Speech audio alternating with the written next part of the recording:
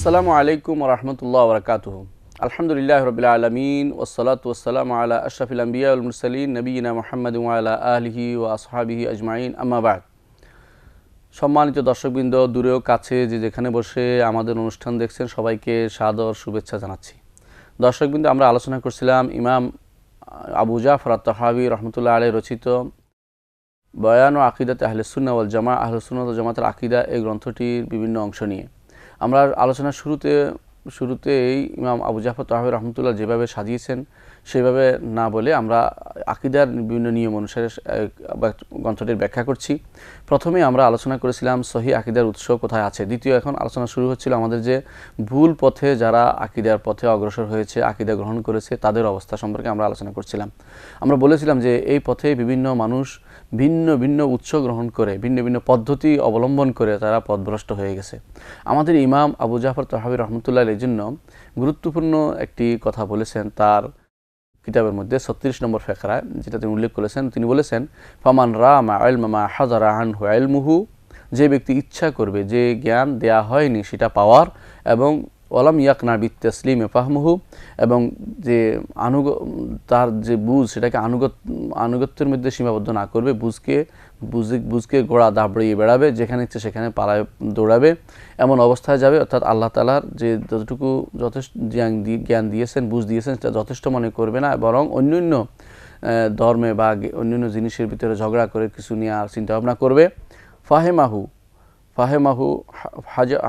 হাজাবাহু মুরামুহু আন খালিসিত তাওহীদ, তার এই ইচ্ছা, তার যে অন্য কিছু জানার প্রবণতা বা অন্যদের থেকে জ্ঞান নেওয়ার প্রবণতা, এটা কি করবে? তাকে তাওহীদ, খালিস তাওহীদ, বিশুদ্ধ তাওহীদ নেওয়া থেকে দূরে রাখবে, এবং মারিফাত, স্বচ্ছ মারিফাত, আল্লাহর স্বচ্ছ জ্ঞান অর্জনে তাকে বাধা দিবে। ওয়াসাহিল ইমান, এবং ইমান থেকে তাকে দূরে রাখবে। এখানে গুরুত্বপূর্ণ যে জিনিসটি সেটা হচ্ছে যে বেগায়ের ইলম, আল্লাহ যে জ্ঞান দেননি সেই জ্ঞানের বাইরে অন্য কোনো কোথাও থেকে জ্ঞান সংগ্রহ করে আল্লাহর ব্যাপারে কথা বলা থেকে আল্লাহ তাআলা নিষেধ করেছেন। কোরআনে কারিমে আল্লাহ তাআলা বলেছেন এই জন্য, ওয়ালা তাকফু মা লাইসা লাকা বিহি ইলম ইন্নাস সামআ ওয়াল বাসারা ওয়াল ফুআদা কুল্লু উলাইকা কানা আনহু মাসউলা, যে ব্যাপারে তোমার জ্ঞান নেই সে ব্যাপারে তুমি অগ্রণী হইও না, সে ব্যাপারে তুমি অগ্রসর হইও না। নিশ্চয়ই তোমার কান, তোমার চোখ এবং তোমার অন্তর এ সম্পর্কে তোমাকে জিজ্ঞাসা করা হবে। তো বোঝা গেল যে যে বিষয়ে জ্ঞান নেই সেই বিষয়ে অগ্রসর হওয়ার কোনো সুযোগ নেই। জ্ঞানের কথা হচ্ছে যে যেটা আল্লাহ এবং তার রসুল বলে দিয়েছেন সেখানে জ্ঞানের উৎস, সেখান থেকে জ্ঞান নিতে হবে। এর বাইরে যেটা জ্ঞান নয়, জ্ঞান হিসেবে ধর্তব্য নয় আকিদার ক্ষেত্রে, সেই বিষয়গুলো যদি আমরা নিয়ে আসি তাহলে আমরা পথভ্রষ্ট হয়ে যাব। কারণ এর ব্যাপারে আমাদের যে জ্ঞানের কথা মুখ দিয়ে বলা হয়, কান দিয়ে শোনা হয়, এবং আমাদের চোখ দিয়ে দেখা হয়, এবং সেটা অন্তর দিয়ে উপলব্ধি করা। এই জন্য বলছেন, আল্লাহ তাআলা বলছেন, কুল্লু উলাইকা কানা আনহু মাসউলা, তুমি কোত্থেকে জ্ঞান নিলে, আর কোত্থেকে শুনলে, কোত্থেকে কোনটা দেখে নিলে, কি বুঝলে, এসবই তোমাকে জিজ্ঞাসা করা হবে। সুতরাং প্রত্যেকটি মানুষের উচিত তার যে উৎস, শরীয়তের যে উৎস, আকীদার যে উৎস, তাতে সীমাবদ্ধ থাকা। আল্লাহ তাআলা আরও বলেছেন, ওমিনান নাসি মান ইউজাদিলু ফিল্লাহি বিগাইরি ইলমিন ওয়া ইয়াত্তাবিউ কুল্লা শাইতানিন মারিদ কুতিবা আলাইহি আন্নাহু মান তাওয়াল্লাহু ফাআন্নাহু ইউদিল্লু ওয়া ইয়াহদি ইলা আযাবিস সাঈর। মানুষের মধ্যে কিছু মানুষ আছে যারা আল্লাহ সম্পর্কে না জেনে ঝগড়া করে, আল্লাহ সম্পর্কে না জেনে, জ্ঞান না জেনে ঝগড়া করে, আল্লাহ সম্পর্কে, আল্লাহর ব্যাপারে না জেনে ঝগড়া করে। ওয়া ইয়াত্তাবিউ কুল্লা শাইতানিন মারিদ, তারা বিভিন্ন পথভ্রষ্ট এবং সীমা লঙ্ঘনকারী শয়তানের অনুসরণ করে চলে। এরা না জেনে কথা বলা অর্থ হচ্ছে যে আল্লাহ তাআলার এটা কি, ওইটা কি, এটা কেন করলো, ওইটা কেন করলো, এই জাতীয় জিনিসগুলো কিন্তু এই না জেনে কথা বলার ভিতরে অন্তর্ভুক্ত। অনেকেই বিভিন্ন প্রশ্ন করে, এমন প্রশ্ন করে যে প্রশ্ন তার কোনো প্রয়োজন নেই, এবং যে প্রশ্ন করে সে কোনো সমাধান করতে পারবে না, অথচ প্রশ্ন মাথার ভিতরে ঢুকিয়ে নিয়েছে, এই শয়তানের অনুসরণ করে, শয়তান তার মনের ভিতরে ওয়াসওয়াসা ঢুকিয়ে দিয়েছে। এই জাতীয় জিনিসগুলো যখন আসবে তখন মনে করতে হবে যে শয়তান তার ভিতরে বাসা বেঁধেছে। ওয়াত্তাবিউ কুল্লা শাইতানিন মারিদ। এরপর আল্লাহ তাআলা বলছেন, কুতিবা আলাইহি আন্নাহু মান তাওয়াল্লাহু, যেই ব্যক্তি, তার উপর লেখা হয়েছে এটা, যে ব্যক্তি শয়তান অনুসরণ করে চলবে, ফাআন্নাহু ইউদিল্লু, শয়তান তাকে পথভ্রষ্ট করে ছাড়বে, ওয়া ইয়াহদি ইলা আযাবিস সাঈর, তাকে জ্বলন্ত আগুনের শাস্তির দিকে নিয়ে যাবে। সুতরাং কোনো ব্যক্তি যেন কখনো বিনা কারণে এই সমস্ত জিদালের মধ্যে না যায়, ঝগড়ার মধ্যে না। আল্লাহ এবং তার রাসূল যা বলেছেন তা বিনা বাক্য ব্যয়ে কায়মানো বাক্যে মেনে নেয়, এবং সেটাই তার জন্য, তার তাওহীদ প্রতিষ্ঠিত থাকার জন্য যথেষ্ট। আল্লাহ তাআলা আরও বলেছেন, ওমিনান নাসি মান ইউজাদিলু ফিল্লাহি বিগাইরি ইলমিন ওয়ালা হুদান ওয়ালা কিতাবিন মুনির। মানুষের মধ্যে কিছু মানুষ আছে যারা বিনা ইলমে, বিনা জ্ঞানে এবং কোনো হেদায়েতের অনুসরণ না করে, কোনো কিতাবের অনুসরণ না করে আল্লাহর সাথে মানুষের ঝগড়া করে। সানি আয়তফিহি লিউদুল্লা আন সাবিলিল্লাহ, আল্লাহ তাআলার পথ থেকে মানুষকে পথভ্রষ্ট করার জন্য তারা এগুলি করে থাকে। তার মাথা বক্র করে, তার গ্রীবা বক্ষ বাঁকা করে সে বলে থাকে, না শোনার ভান করে, অহংকার করে সেটা সে করে থাকে। আল্লাহ তাআলা বলছেন লাহু ফিদ দুনিয়া খিজিউন, সে দুনিয়াতে অপমানিত হবে। ওয়ালাহু অনুযিকু ইয়াউমাল কিয়ামাতি আযাবাল হারিক, আর কিয়ামতের দিন তাকে আমি প্রজ্বলনের শাস্তি দিব, অর্থাৎ তাকে জাহান্নামের শাস্তি দিবেন আল্লাহ তাআলা। অর্থাৎ দুনিয়াতে সে পথভ্রষ্ট হবে, হেদায়েতে প্রাপ্ত হবে না। হেদায়েতে প্রাপ্ত ওই ব্যক্তি হবে যে ব্যক্তি বিনা জিদালে, কোনো ঝগড়া ব্যতীত ঈমান আনবে। ঝগড়া করে করে সে মনে করেছে, হয়তো সে মনে করেছে ঝগড়া করতে করতে ঈমান তার পোক্ত হবে না, কখনো নয়। এই জাতীয় ঝগড়া যারা করবে তারা কখনো ঈমানদার হতে পারবে না, বরং সন্দেহ দুদুল্যমান থাকবে, যার আলোচনা ইনশাআল্লাহ আমরা করব। তো বোঝা গেল যারা এই জাতীয় কাজ করবে আল্লাহ তাআলা তাদেরকে কখনো হেদায়েত দিবেন না। দ্বিতীয় হচ্ছে আল্লাহ তাআলা বলেছেন ওমান আদাল্লু মিম্মান ইত্তাবা হুদাহু বিগাইরি হুদাম মিনাল্লাহ, ওই ব্যক্তির চেয়ে কে বেশি পথভ্রষ্ট, যে ব্যক্তি আল্লাহ যে হেদায়েত দেননি সেটা গ্রহণ করতে, সেটার অনুসরণ করে চলে। আল্লাহ তাআলা যে হেদায়েত দেননি সেটার অনুসরণ করে চলে। আল্লাহ তাআলা হেদায়েত দিয়েছেন কোরআন এবং সুন্নাহ, এটা অনুসরণ করে না। সে গ্রিক দর্শনের অথবা কোনো নেতার অথবা কোনো তার শায়েখদের উস্তাদের কথা বাণী, সেটাকে তারা সেই কোরআন হিসেবে কোরআনের মতো সম্মান করে সেটাকেই সে গ্রহণ করে নিয়েছে। আল্লাহ তাআলা বলছেন যে ওমান আদাল্লু, এর চেয়ে পথভ্রষ্ট আর কেউ হতে পারে না। এরপর আল্লাহ বলছেন ইন্নাল্লাহা লা ইয়াহদিল কওমাজ জালিমিন, এরা জালেম, এরা পথভ্রষ্ট, এরা জালেম, নিজের অত্যাচার করেছে, এরা সঠিক স্থানে তার সমস্থান জুলুম হচ্ছে। ওয়াদু শাইফি গায়রি মাহাল্লিহি, কোনো কিছুকে তার স্থানে না রেখে অন্য স্থানে রাখানো হচ্ছে জুলুম। তারা যেহেতু তাদের জ্ঞানের জায়গাটাকে কোরআন এবং সুন্নাহ ভিত্তিক রাখে নাই, কোরআন এবং সুন্নাহর বাইরে রেখেছে, অন্য জায়গায় চলে গেছে, সেই জন্য তারা জুলুম করেছে। এই জন্য এরা কোন পথভ্রষ্টই থাকবে, এরা কোনোদিন সঠিক পথ পাবে না। আল্লাহ তাআলা এই জন্য বলছেন ইন্নাল্লাহা লা ইয়াহদিল কওমাজ জালিমিন, এই জালেমদেরকে আল্লাহ কখনো সঠিক পথ দেন না, হেদায়েত দেন না। তাহলে বোঝা গেল যে আমাদের হেদায়েত পেতে হলে এই অন্য জায়গায় এলেম খুঁজবে না, এলেম খুঁজতে হবে কোরআন এবং সুন্নাহ, যেখানে সহি নস আছে, সহি বিশুদ্ধ নসের অনুসরণ করে চলতে হবে। সেটা হচ্ছে আমাদের সহি ভাষ্য অনুসরণ করে, সেটা হচ্ছে আমাদের হেদায়েতের আধার, সেখান থেকে হেদায়েত নিতে হবে। কোরআন কারিমে আল্লাহ তাআলা বলেছেন যারা বিভিন্ন রকম সন্দেহ করে থাকে তাদের সম্পর্কে বলেছেন ইয়াত্তাবিউনা ইল্লা যান্না, তারা তো শুধু অনুমান নির্ভর করে চলে। অর্থাৎ অনুমান কখনো হেদায়েতের আধার নয়। হেদায়েতের আধার হচ্ছে, হেদায়েতের একমাত্র উৎস হচ্ছে কোরআন এবং সুন্নাহ। সেখান থেকে যে অনুমানের জিনিস নয়, সেটা হচ্ছে ইয়াকিনী জিনিস। ইয়াকিন থেকে হেদায়েত নিতে হবে, অনুমান ভিত্তিক কোনো কিছু নেওয়া যাবে না। সন্দেহ করছে, চোখ বন্ধ করছে, সে কোথায় চলে গেছে, বা কাউকে দেখছে, স্বপ্ন দেখছে, এই জাতীয় জিনিসগুলো অনুমান নির্ভর জিনিস। এগুলি হেদায়েতের আধার নয়, এগুলি হেদায়েতের উৎস নয়, এবং এগুলি থেকে হেদায়েত প্রাপ্ত হয় না। এই জন্য আল্লাহ বলছেন ইয়াত্তাবিউনা ইল্লা যান্না, তারা তো অনুসরণ করে থাকে অনুমানের। ওমা তাহওয়াল আনফুসু, আরও অনুসরণ করে মন যা চায় তা অনুসরণ করে থাকে। সেটা শরীয়তের পক্ষে গেল কি বিপক্ষে গেল তার কথা নয়, মন যা চায় তা সে অনুসরণ করে। এটা হচ্ছে আসলে তারা মনের ইবাদত করে, অর্থাৎ প্রবৃত্তির ইবাদত করে, প্রবৃত্তির দাস তারা। কোরআনে কারীম আল্লাহ তাআলা বলেছেন ওয়ালাকাদ জাআহুম মির রাব্বিহিমুল হুদা। এরপর আল্লাহ তাআলা বলছেন যে এদের সূরা নাজমের 23 নম্বর আয়াতটিতে আল্লাহ তাআলা বলছেন ওয়ালাকাদ জাআহুম মির রাব্বিহিমুল হুদা, তারা কিভাবে তাদের মনের অনুসরণ করে, প্রবৃত্তির অনুসরণ করে চলছে, এবং তারা অনুমানের অনুসরণ করে চলছে, অথচ তাদের কাছে এসেছে মির রাব্বিহিমুল হুদা, তাদের রবের পক্ষ থেকে হেদায়েত। সে হেদায়েত হচ্ছে কোরআনে কারীম এবং রাসূলুল্লাহ, তার ব্যাখ্যা, রাসূলুল্লাহ সাল্লাল্লাহু আলাইহি ওয়াসাল্লাম তার বাণী, এসবই হচ্ছে হেদায়েত। এর বাইরে তারা অনুসরণ করে চলে নিজেদের ইচ্ছা, মন গড়া নীতি, মন গড়া পথ, এবং তারা তাদের নেতাদের কথা বা বার্তা বা তাদের যা মন চায় তাই করে, এবং তাদের অনুমান নির্ভর হয়ে চলে। এর থেকে কখনো তারা হেদায়েত পাবে না। আমাদের ইমাম আবু জাফর তাহাবী রাহমাতুল্লাহ আলাইহি যে কথাটি বলেছেন, এটা অর্থ হচ্ছে এটা যে হেদায়েত দিতে হলে কোরআন সুন্নাহকে অনুসরণ করে চলতে হবে। এর বাইরে অন্য যে সমস্ত উৎস তারা অনুসরণ করে চলছে, সেগুলি থেকে হেদায়েত কখনো প্রাপ্ত হবে না। সহিহ আকীদার উৎস সেগুলি নয়, কারণ কোরআনে কারীমে আল্লাহ তাআলা সেগুলিকে নিষেধ করেছেন। অনুরূপভাবে হাদিসেও আছে, রাসূলুল্লাহ সাল্লাল্লাহু আলাইহি ওয়াসাল্লাম বলেছেন, আবু উমামা আল বাহিল রাদিয়াল্লাহু আনহু বর্ণিত, তিনি বলেন রাসূলুল্লাহ সাল্লাল্লাহু আলাইহি ওয়াসাল্লাম বলেছেন মা দাল্লা কওমুন বাদা হুদান কানু আলাইহি ইল্লা উতুল জাদালা।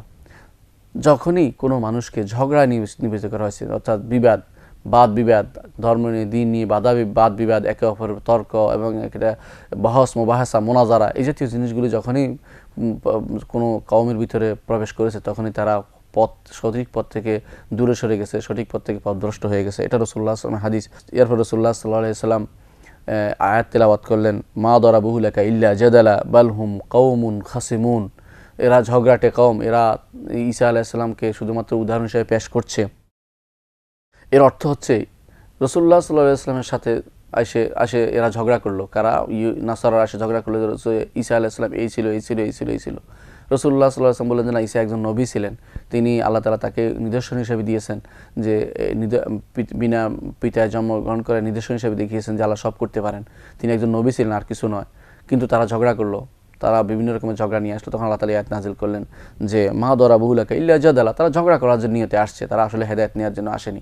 বোঝা গেল ঝগড়া কখনো মানুষকে সঠিক পথে নিয়ে আসে না, ঝগড়া গ্রহণযোগ্য জিনিস নয়। হেদায়েতের বাণী আলাদা এবং হেদায়েতের রীতিও আলাদা, নীতিও আলাদা।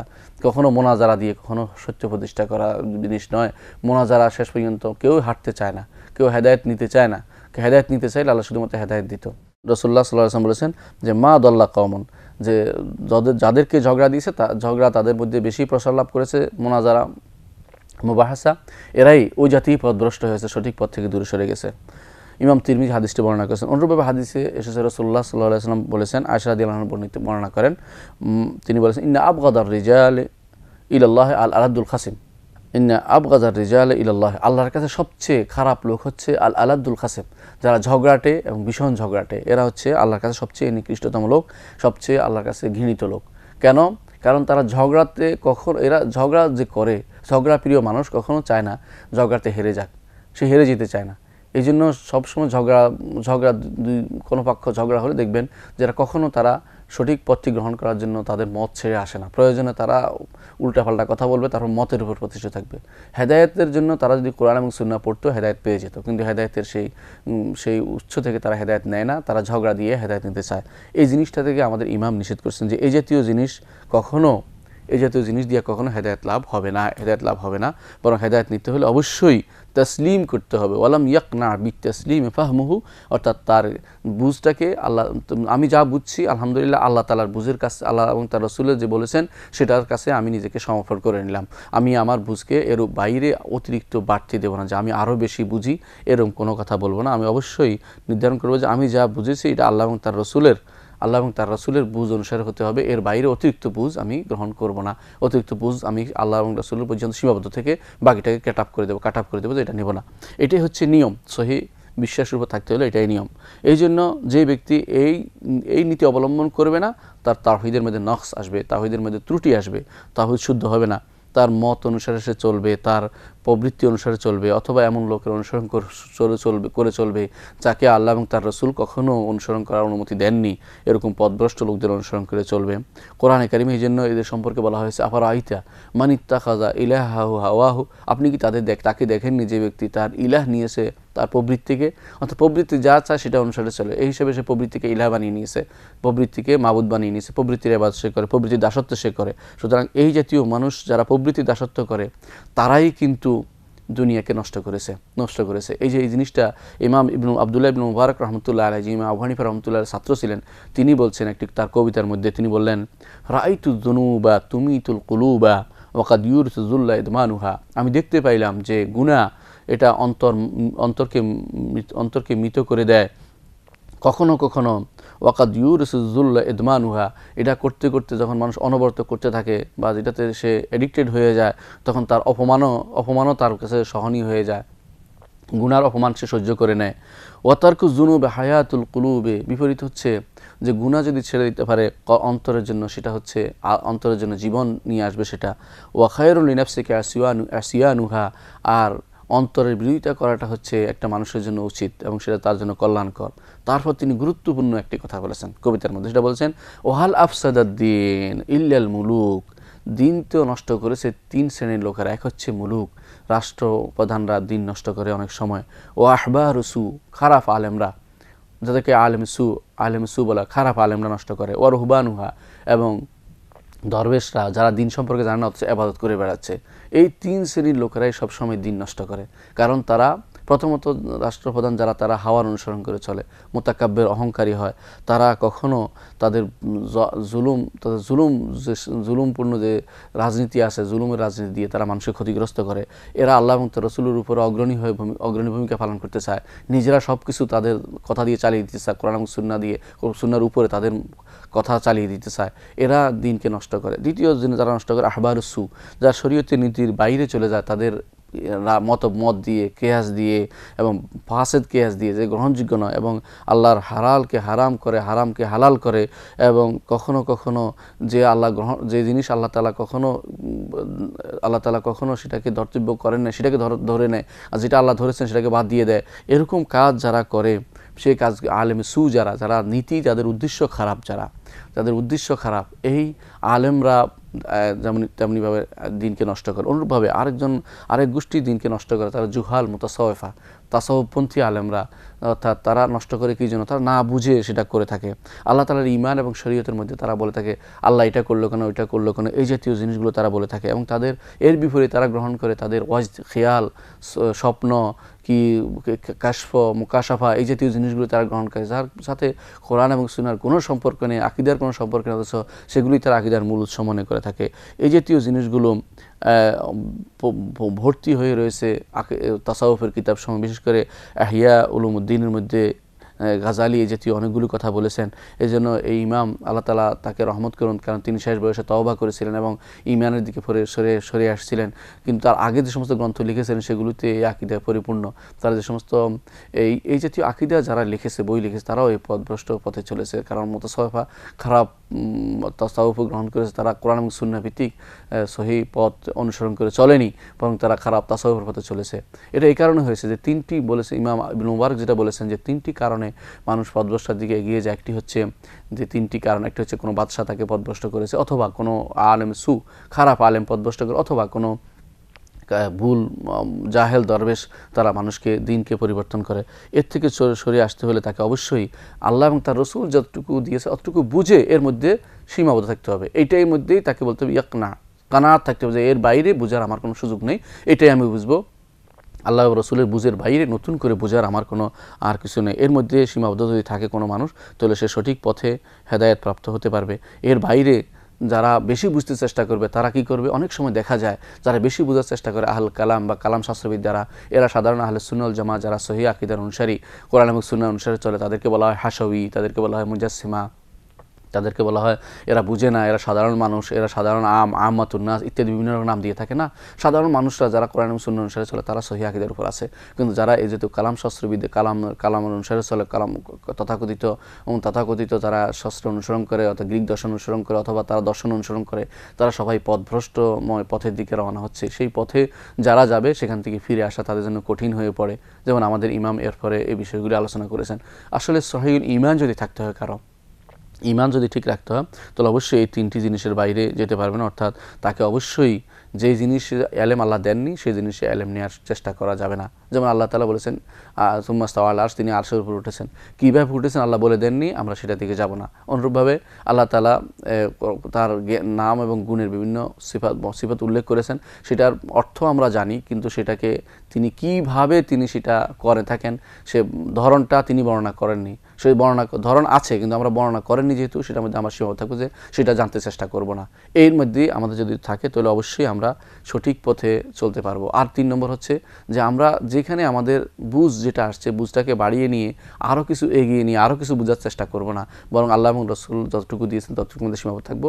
এর মধ্যে হেদায়েত নসিব হবে। এর বাইরে যারা যাবে, তারা নিজেদেরকে দুনিয়াতে বড় বড় আলেম বা বড় বড় জ্ঞানী, বড় বড় দার্শনিক, বড় বড় বুদ্ধিজীবী, বিভিন্ন নামে পরিচিতি পেতে পারেন, কিন্তু এরা আল্লাহ এবং রাসূলের কাছে লা তুসাহি জানা বাউদা, মাসির ফরের মতো মূল্য নাই। তার আকীদাগতভাবে তাদের কোনো মূল্য নেই, তাদের থেকে কোনো কিছু গ্রহণ করা যাবে না। গ্রহণ করলে সেটা পথভ্রষ্টতার মধ্যে মানুষকে নিয়ে যাবে। আল্লাহ আমাদেরকে সঠিকভাবে দিন বুঝার এবং মানার তৌফিক দান করুন এবং আমাদেরকে কোরআন এবং সুন্নাহর ভিতরে থাকা তৌফিক দান করুন এবং আমাদের সলফে সালেহিনের নীতি অনুসরণ করে তৌফিক দান করুন।